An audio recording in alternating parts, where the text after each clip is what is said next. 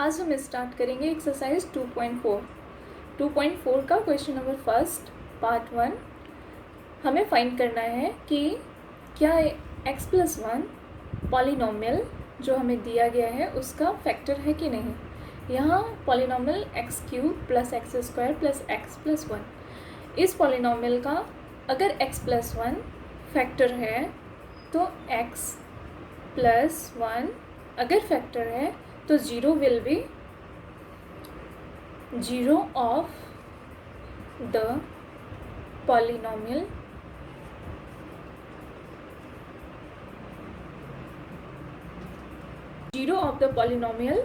will be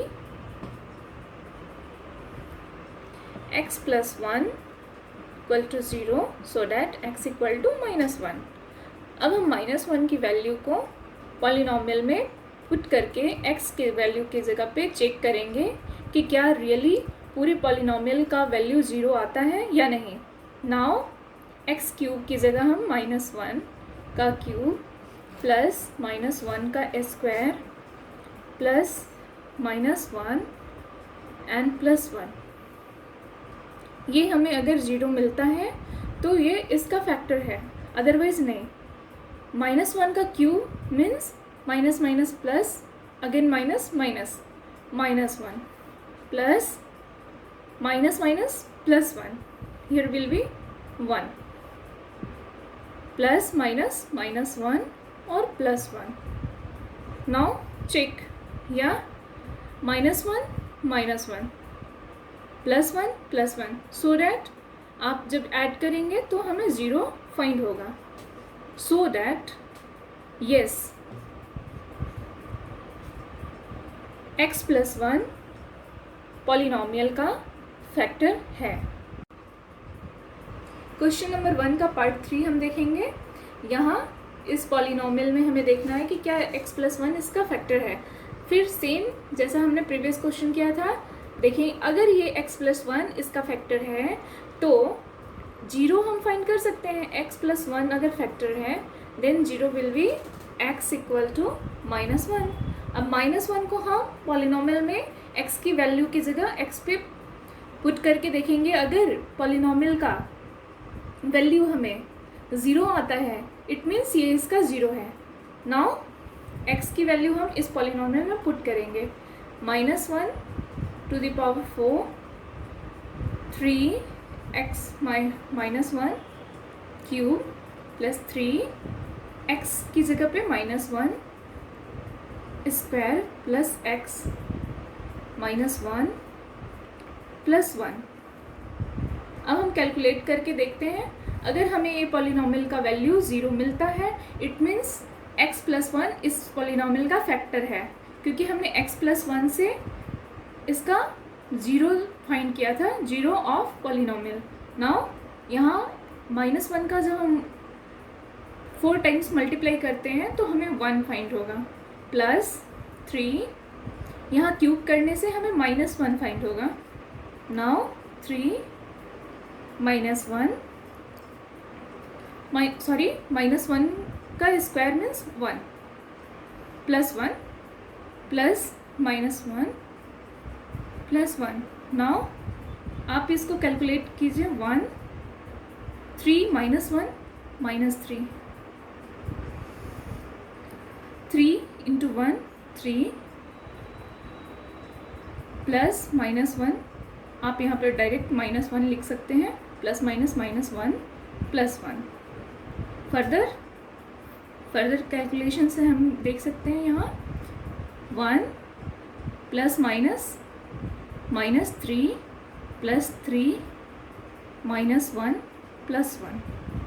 now आप इसको cancel कर सकते हो और ये भी कैंसिल होकर कि 1 आ रहा है जो कि 0 नहीं है। सो डैट यह x प्लस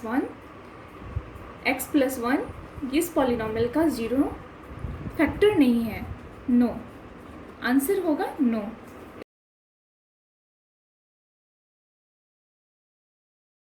अब हम क्वेश्चन 2 का पार्ट 1 देखेंगे। px हमें यहाँ पे एक पॉलिनोमियल गिवन है 2x cube plus x square plus minus 2x plus minus 1। ये पॉलिनॉमियल का हमें gx फैक्टर है या नहीं है ये चेक करना है। अगर ये फैक्टर है तो हम इससे 0 फाइंड कर सकते हैं। तो gx का 0 हो जाएगा x + 1 = 0, x = -1।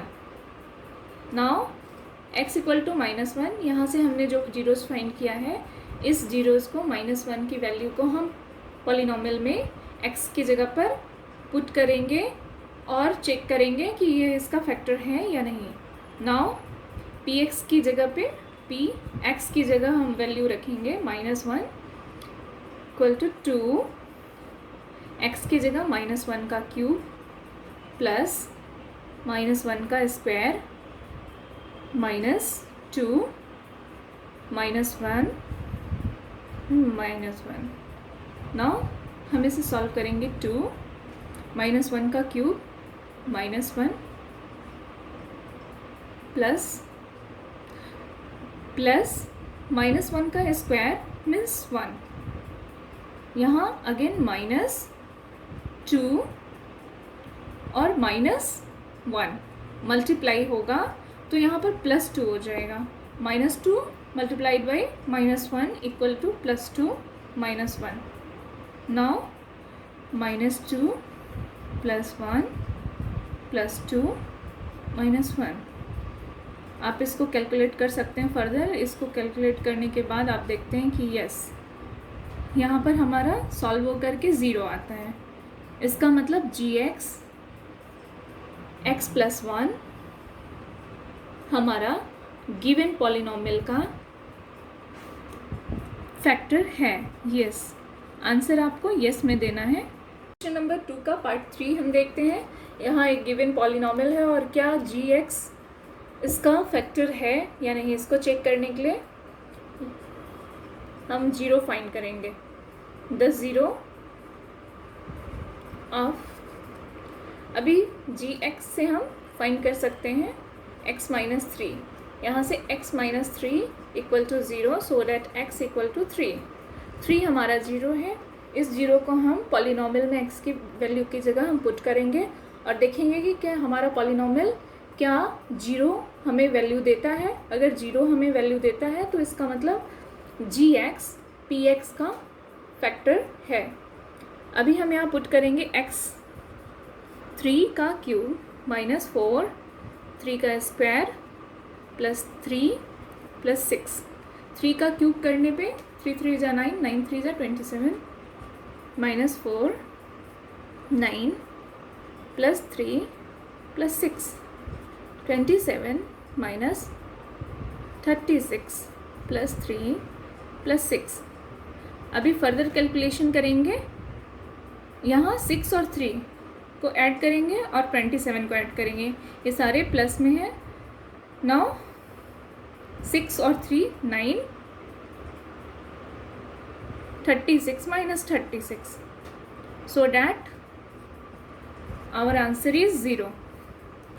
0 है, is it means yes, gx is the factor of px।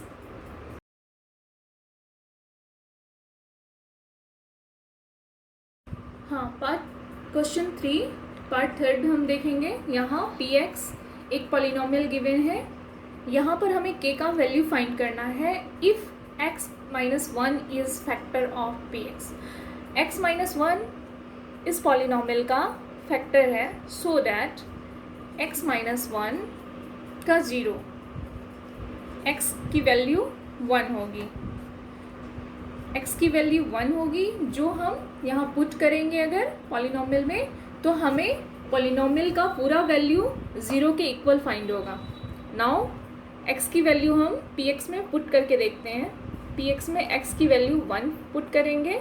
Now k x की जगह पर 1 का स्क्वायर -√2, x की जगह हम पुट करेंगे 1 + 1। ये हमारा पॉलिनॉमियल का वैल्यू 0 होना चाहिए, क्योंकि px का x - 1 एक फैक्टर है और फैक्टर होने की वजह से x की जो वैल्यू आई है वो इस पॉलिनॉमियल का 0 है। 0 है मीन्स इस पूरी पॉलिनॉमियल में x का वैल्यू वो पुट करने पे 0 के बराबर आंसर हमें फाइंड होगा। नाउ k 1 का square means 1 minus √2 into 1 √2 plus 1 equal to 0। Now यहाँ k 1 से मल्टीप्लाई होके k minus √2 plus 1 equal to 0।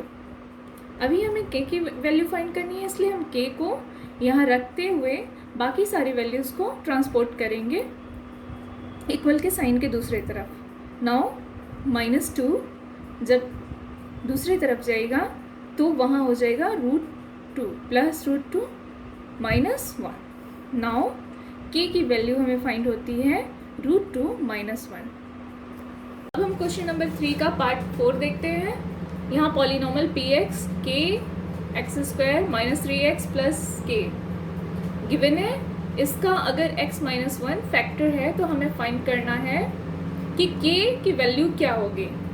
Now k की वैल्यू फाइंड करने के लिए x माइनस 1 इसका फैक्टर है तो हम जीरो फाइंड कर सकते हैं, 0 फाइंड कर सकते हैं इस पॉलिनॉमियल का, तो x इक्वल टू 1 होगा।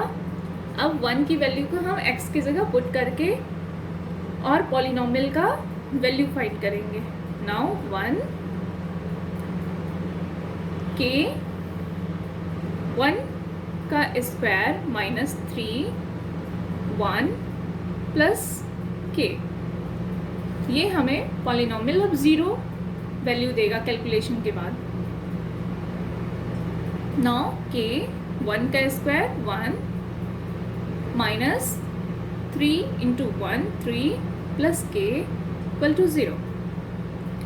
k minus 3 plus k equal to 0।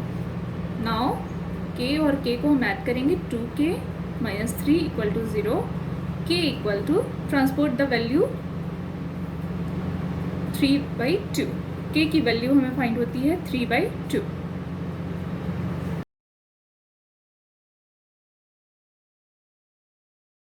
अब हम क्वेश्चन नंबर 4 फैक्टराइज करेंगे। यहाँ हमें पार्ट 1 को जो हमें यहाँ पॉलिनॉमियल दिया गया है इसको फैक्टराइज करेंगे। ये हम मिडिल टर्म को स्प्लिट करके करेंगे। यहाँ पहला स्टेप ये होता है कि हमें 12x² को जैसे है वैसे ही यहाँ लिखना है, 12x² प्लस 1, और मिडिल वाले टर्म को हमें स्प्लिट करना है। इस तरह से स्प्लिट करना है।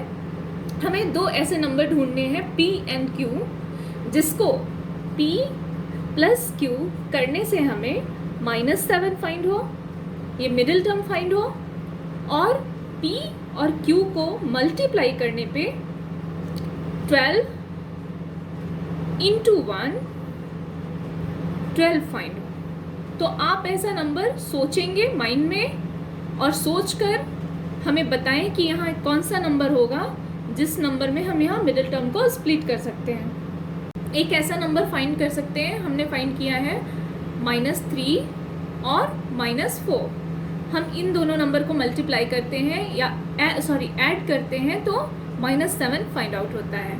और p इंटू q आप पुट करके देख लीजिए, -3 को जब हम -4 से मल्टीप्लाई करते हैं तो 12 फाइंड होता है। सो डैट आप यहाँ पर value 3x minus 4x put करेंगे। नाउ हमें यहाँ पे कॉमन निकालना है यहाँ के टर्म से, तो कॉमन फाइंड करेंगे। आप 3x को कॉमन लिख सकते हो।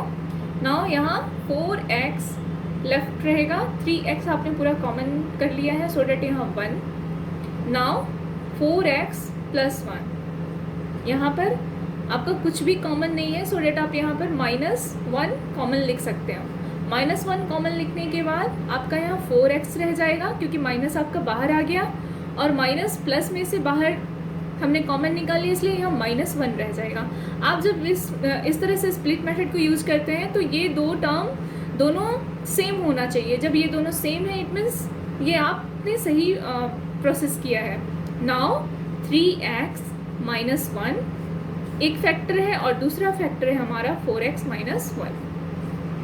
क्वेश्चन नंबर 4 का हम पार्ट 2 देखते हैं। 2x square plus 7x plus 3 को हम फैक्टराइज करेंगे मिडिल टर्म को स्प्लिट करते हुए। नाउ सबसे पहला स्टेप है, हमें 2x स्क्वायर को एज जैसा है वो वैसे ही लिख दीजिए, प्लस 3 को भी आप जैसे यहाँ पर है वैसे लिख दीजिए। नाउ पीछे वाले टर्म को हम स्प्लिट करेंगे, मतलब दो ऐसे टुकड़ों में तोड़ेंगे जहाँ हमें p plus q equal to 7 होना चाहिए और p into q means 2 into 3 equal to 6 होना चाहिए। ऐसे दो नंबर आप जो खोज सकते हैं, आप माइंड में ऐसे कैलकुलेट करिए। हमने कैलकुलेट करके फाइंड आउट किया है कि आप अगर 6x को x से ऐड करते हो तो आप 7x फाइंड आउट कर सकते हो, और 6x अगर x से मल्टीप्लाई होता है तो आपका term 6x square find out होगा। नाउ हमने इस टर्म में इसको स्प्लिट कर दिया। नेक्स्ट प्रोसेस होता है, हमें कॉमन वैल्यू फाइंड आउट करके बाहर रखना होता है, 2x और 6x। तो आप देख सकते हो यहाँ पे 2 इस टर्म से भी बाहर आ जाएगा और यहाँ से भी x भी बाहर कर सकते हैं, तो 2x हमने बाहर कर लिया, यहाँ बच गया x प्लस 3। नाउ यहाँ पर कोई भी चीज़ कॉमन नहीं है इन दोनों टर्म से, तो आप यहाँ पर 1 कॉमन फाइंड आउट करके लिख सकते हैं, तो x प्लस 3। नाउ आप देख सकते हो ये दोनों हमारे फैक्टर सेम है, x प्लस 3 x प्लस 3, तो 2x प्लस 1 x प्लस 3, ये दो फैक्टर हमें फैक्टराइज करके फाइंड आउट हुए हैं। अभी हम फैक्टराइज करेंगे थर्ड पार्ट को। 6x स्क्वायर को हम एज यूजुअल लिख देंगे, 6 हम यहाँ इसको लिख देंगे और मिडिल टर्म को स्प्लिट करेंगे। हमें ऐसे नंबर फाइंड करने हैं जिसको मल्टीप्लाई करके p प्लस q, दो ऐसे नंबर फाइंड करेंगे जिसको p प्लस q करने से हमें 5 और p इंटू q करने से हमें 6 6 36 फाइंड आउट हो। तो आप ऐसे नंबर को कैलकुलेट कर सकते हो, सोच सकते हो कि हमें क्या रखना है। यहाँ हमारा नंबर प्लस में है, सो डैट हम याद रखेंगे कि अगर हमें दो ऐसे डिजिट ले रहे हैं जैसे 9p की वैल्यू हम 9 और q की वैल्यू हम -4 रख सकते हैं, क्योंकि अगर हम यहाँ पर 9x माइनस 4x पुट करें तो हमारा वैल्यू कैलकुलेट होने पे +5 आएगा। सो डैट हम बड़े वाले नंबर के साथ प्लस की साइन को यूज़ करेंगे, क्योंकि बड़े नंबर के साथ जो साइन होता है वही फॉलो होता है। तो +9 -4 लिखेंगे हम। -9 और +4 नहीं लिख सकते क्योंकि हमें साइन भी चाहिए, साइन हमें प्लस में चाहिए। सो डैट आप देख सकते हो 9 4 जा 36 मल्टीप्लाई होकर के। नाउ नेक्स्ट टर्म में हमें कॉमन फाइंड आउट करना होता है, तो 6 और 9 के बीच में कॉमन क्या है 3x हमारा कॉमन हो सकता है। यहाँ पर हमारा 2x रह जाएगा और यहाँ पर हमारा 3। नेक्स्ट हम माइनस को कॉमन ले लेंगे, माइनस बाहर रखेंगे। यहाँ पर हमारा 2x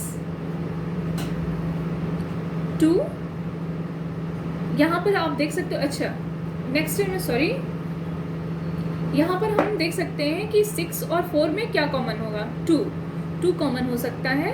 2x यहाँ हमारा वैल्यू रह जाएगा।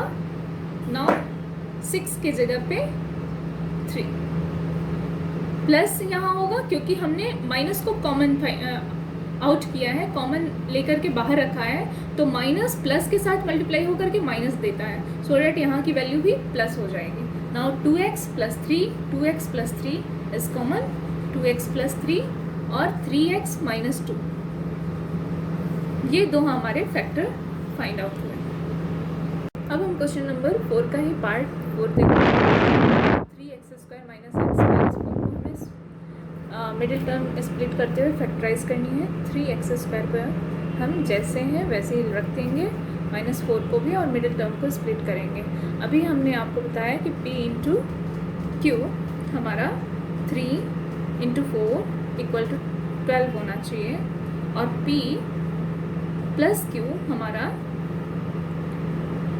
यहाँ x है तो हमारी x आनी चाहिए वैल्यू। x मीन्स आप देख सकते हो केवल x है, 1 है यहाँ, सो डैट आप देख सकते हो x के पहले कुछ नहीं है तो कांस्टेंट 1 है। नाउ अब आप देख सकते हो हमें स्प्लिट करनी है, तो हम आप माइंड में इसको सोचेंगे और यहाँ पर देखिए आप लिख सकते हो 4x plus 3x, yes 4x plus 3x, 4x और प्लस 3x हमें वैल्यू क्या देगा कैलकुलेट करने के बाद, -x।